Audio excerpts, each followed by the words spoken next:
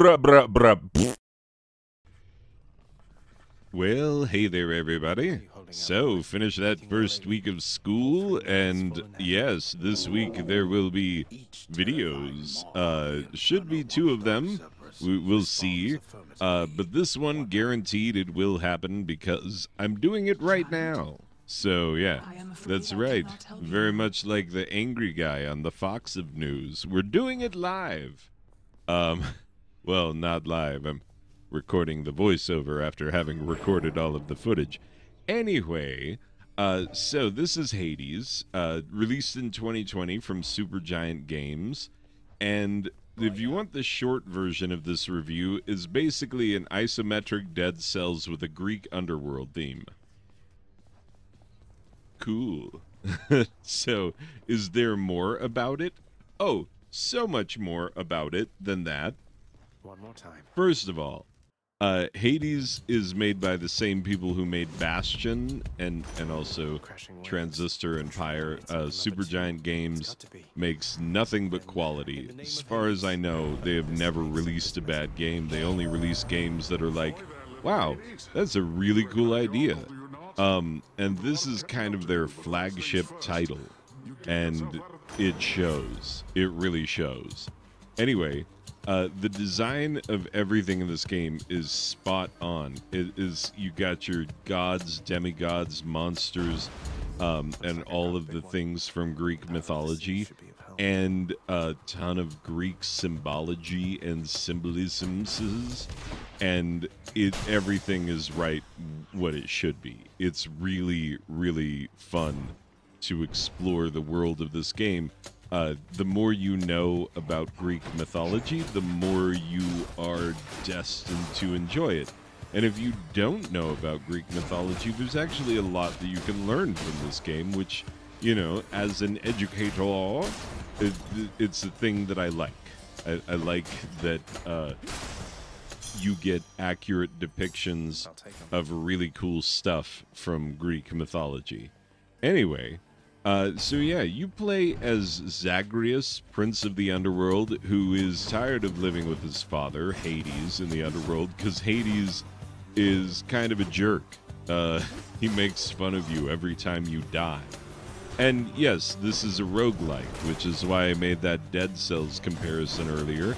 And, yeah, you know, Dead Cells, 2D side-scrolling Metroidvania-ish.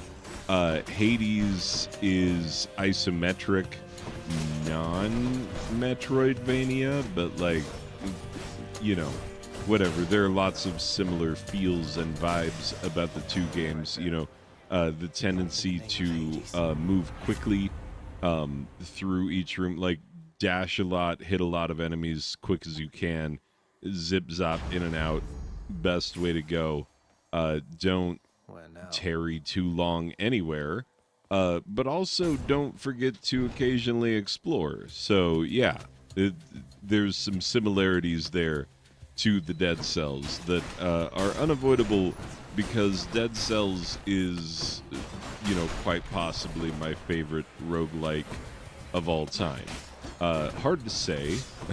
There are several really good roguelikes, and yeah, it's up there though. I'll have to do a ranking at some point, because the genre is, you know, I don't know, it feels in some ways like it's reached a saturation point where it's not at all impressive to come up with a good roguelike anymore. But then on the other hand, it's like, no.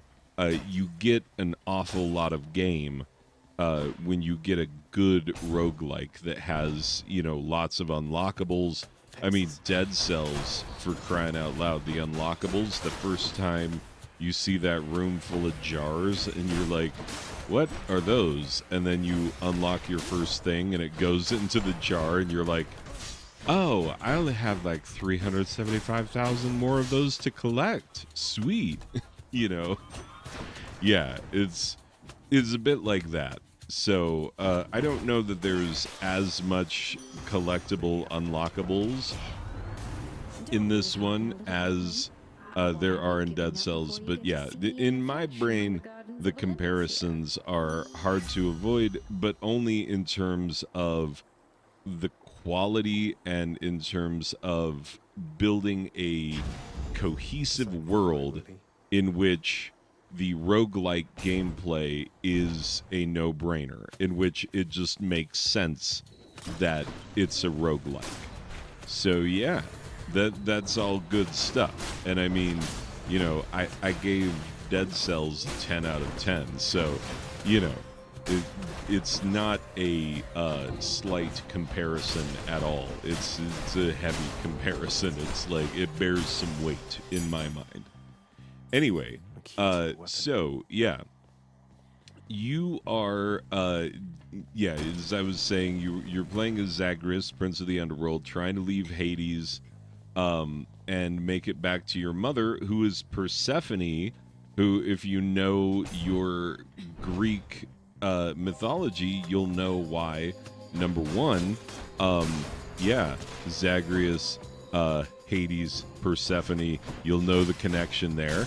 And yeah, Persephone lives in Olympus, which, yeah, and like you're trying to make your way there, and gods and demigods choose to help you along the way, although you are forced to make some choices at times, and those choices will, you know, please one god and anger the other, and that can be a tricky thing to deal with, because you immediately get to deal with the favor of one god and the wrath of the other. So, best of luck. And oh, I love, you know, very much the same way in Dead Cells when I'm just gonna not stop making Dead Cells comparisons. I'm sorry. Anyway, in Dead Cells, each time you revive, you're that blob of cells, and then you go back into a body, and then your head lights on fire, and away you go. In Hades, it's so, like, satisfying because you just crawl out of a river of blood, and then your dad makes fun of you, and then off you go. And, you know, very much like other roguelikes, making this perhaps a roguelite, which, I don't know, that's a distinction that means less and less as time goes on. Although I have made that distinction before, I don't care to revisit it here and now. What I will say is that, you know, you can spend, there are different types of currencies that you can spend on different things. You can improve the decor of hell, which, like, your father blames you for why hell is, pun totally intended, going to hell. But... yeah, and Cerberus misses you, and so he, like, tears up, you know, all the cool stuff in hell, and then you have to, like, slowly rebuild it. So there's currency for that, there's currency for improving your character, there's currency for unlocking weapons, and they're all different, and they are indicated, often, not always, but more or less, depending on what is behind each door that you go through. It'll kind of indicate what your prize will be for surviving that room. So, yeah, you get a variety of things that are going to improve your chances in the run that you are currently on, and then also you'll collect a bunch of currency which will help you in future runs. You know, very similar to other roguelikes out there, but, you know, it does a decent job of having multiple different currencies and letting you know early on kind of what they're for and what they do. So that's handy. Anyway, yeah, as you make your way out of the sort of waiting area where your dad is working and grumpy, you know, you'll meet some various people. There's a guy that you can beat up, a skeleton that you can beat up with your weapons and get a sense for how they feel. You know, I did unlock the bow before I started gameplay, and I I don't know. I'm not great at ranged attacks a lot of the time.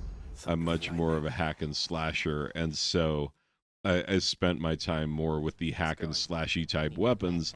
Um, but there are ranged weapons. There are other different types of attacks that you can be doing, and you can sort of customize your character build, and some of those things will stick. So that's why there are 3 game save slots, so that you can sort of have different character builds with different benefits to the different gameplay styles that you can approach the game through, which is smart in terms of, if you create a roguelike, the most important thing you have to do is create a game that people are going to want to play a second, a third, a 15th, a 797th time.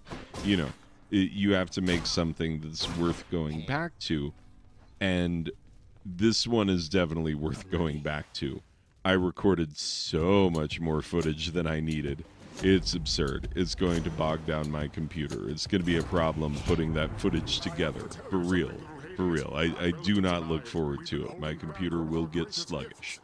But I had fun the whole time, so nothing wrong with that.